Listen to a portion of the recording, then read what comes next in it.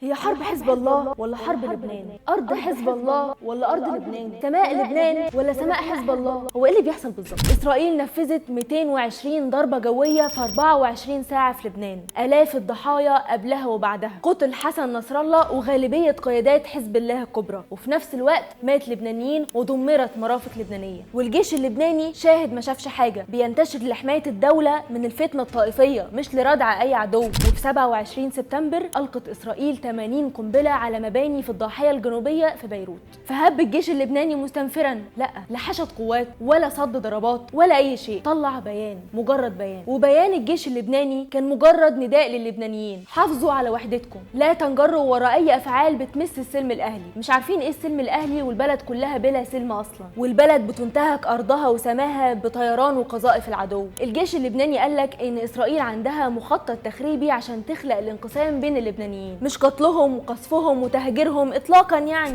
الجيش كمان اتحرك، بس مش لصد الضربات الاسرائيليه، ولكن عشان تامين الهروب والنزوح من المنازل. انتشر عشان ما يكونش فيه اشتباكات بين اللبنانيين وبعضهم. هم فاضيين يا فندم؟ الجيش دعا المواطنين لعدم نشر اي شائعات تمس صورته او تفتري على عناصره. مفيش اي حشد لمواجهه احتلال على الابواب اطلاقا. وعشان تبقى الصوره الكامله قدامك، الجيش اللبناني ترتيبه قبل الاخير عربيا وال111 عالميا، قوته 80,000 جندي، وعنده 78 طيارة عسكرية متنوعة و361 دبابة و9864 مدرعة و458 مدفع و30 راجمة صواريخ و86 قطعة بحرية. كل دول مفيش محرك واحد فيهم دار، حتى على سبيل حفظ ماء الوجه، أو على سبيل القول نحن هنا، مش هنقول حتى للرد على العدوان الإسرائيلي.